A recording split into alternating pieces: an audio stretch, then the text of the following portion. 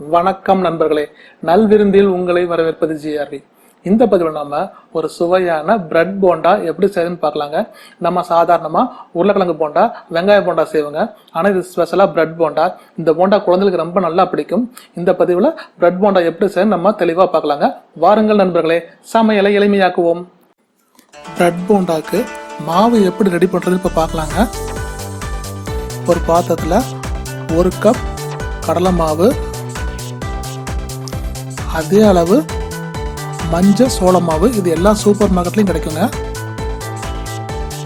ஒரு 1/2 spoon soda உப்பு, 1 spoon மிளகாத்தூள், 1 ஸ்பூன் மிளகுத்தூள், தேவையான அளவு உப்பு,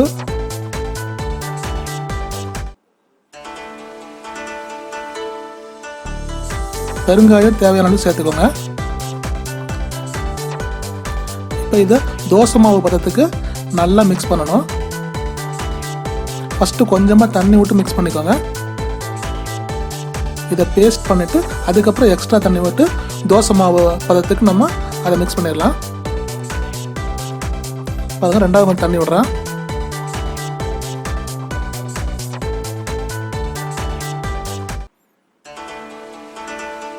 கட்டிப்படாமல் நல்லா மிக்ஸ் பண்ணுங்க. பாருங்க, இந்த பதத்துக்கு இருக்கணும் நமக்கு இந்த மாவு. இப்போ ஒரு பாத்திரத்தில் எண்ணெய் விட்டு கடுகு சீரகம் தாளிக்கிறோம். இது இப்போ நம்ம மசாலா ரெடி பண்ண போறோம். பிரெட் மசாலா, கடுகு சீரகம் 2 வெடிச்சதுக்கு அப்புறம்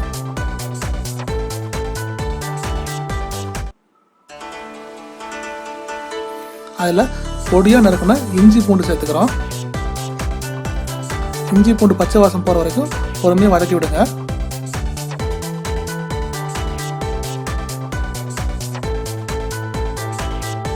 இப்போ பொடியாக நறுக்கின கருவேப்பிலை சேர்த்துக்கிறோம்.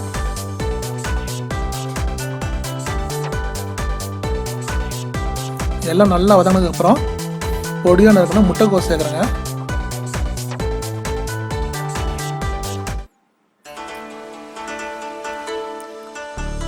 முட்டைக்கோஸ் நல்லா வதக்கணும்.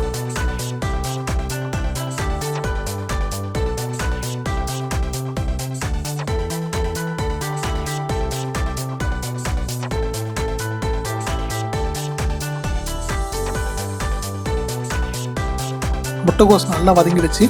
அதில் 1 ஸ்பூன் மிளகாத்தூள், 2 ஸ்பூன் சிக்கன் மசாலா தூள், 1 ஸ்பூன் சிக்கன் 65 தூள், தேவையான உப்பு சேர்த்து நல்லா வதக்குங்க.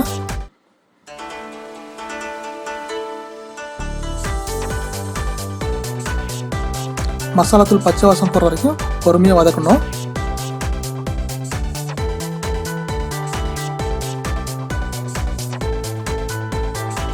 இப்போ இதில் 1 spoon soya sauce, 1 spoon tomato sauce சேர்க்குறோம். இது தேவையான மட்டும் சேர்த்துக்கோங்க, இல்லைன்னா வேண்டாம். இது நல்ல ஒரு சுவையை கொடுக்கும் இந்த போண்டாக்கு.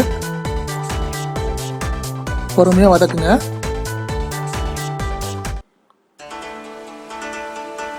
இப்போ இதில் 2 தக்காளியை பொடியை நறுக்கி சேர்த்துக்கோங்க.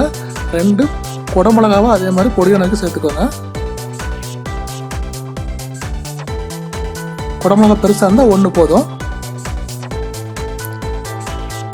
நல்லா வதக்குங்க. இது பச்சை வாசம் போகிற வரைக்கும் பொறுமையாக வதக்கணும்.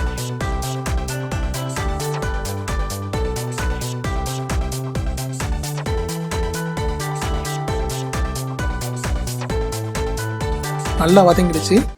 இப்போ இதில் ஒரு 5 பிரெட்டை பொடியாக நறுக்கி இதில் சேர்த்துக்கோங்க. பிரெட்டை சின்னதாக கட் பண்ணி சேர்த்துக்கோங்க. அப்போ தான் நல்லா மிக்ஸ் ஆகும்.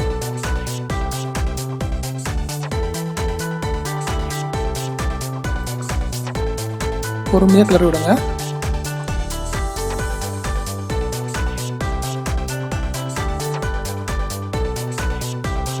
மசாலா பிரெட்டில் ஃபுல்லாக அப்படியே கோட் ஆகணும்.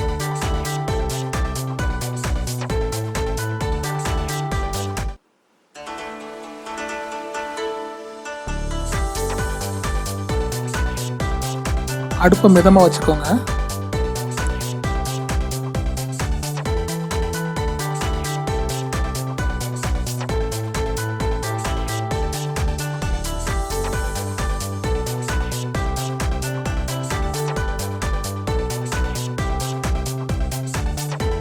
அப்புறம் எல்லாம் நல்லா கலந்துருச்சு.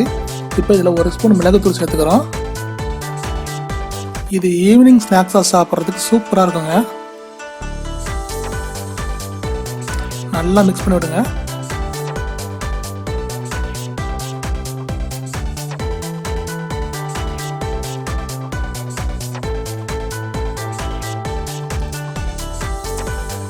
இது பார்த்தீங்கன்னா பெருன்னு இருக்கும்.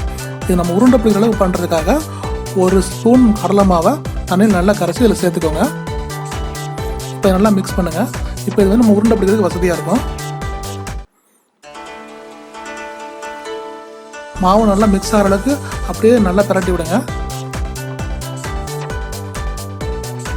நல்லா மிக்ஸ் ஆகிடுச்சு. இது ஆறின உடனே இதை சின்ன சின்ன உருண்டையாக பிடிச்சு வச்சுக்கலாம். அந்த உருண்டையை முக்கி தான் போண்டா போட போகிறோம்.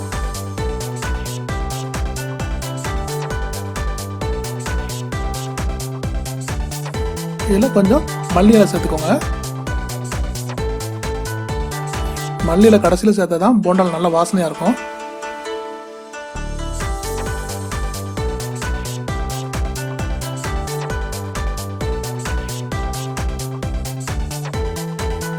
நம்ம மசாலா ரெடி ஆயிடுச்சு. இதை ஆற வச்சு சின்ன சின்ன உருண்டையாக நம்ம பிடிச்சு வச்சுக்கிறோம். பாருங்க, இந்த மாதிரி சின்ன சின்ன உருண்டையாக ஆக்கி வச்சுக்கோங்க.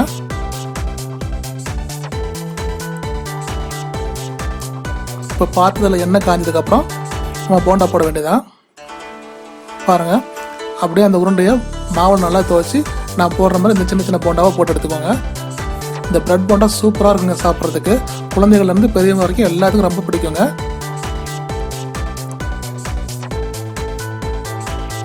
பாருங்க எவ்வளோ சூப்பராக இருக்குன்னு.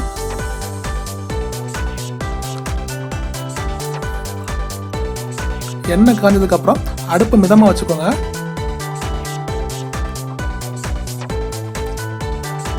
நம்ம சோள மாவு சேர்த்தனால போண்டா நல்லா கிறிஸ்பாக இருக்கும். அதனால உள்ள வந்து அந்த பிரெட் மசாலா சூப்பராக இருக்குங்க சாஃப்டா.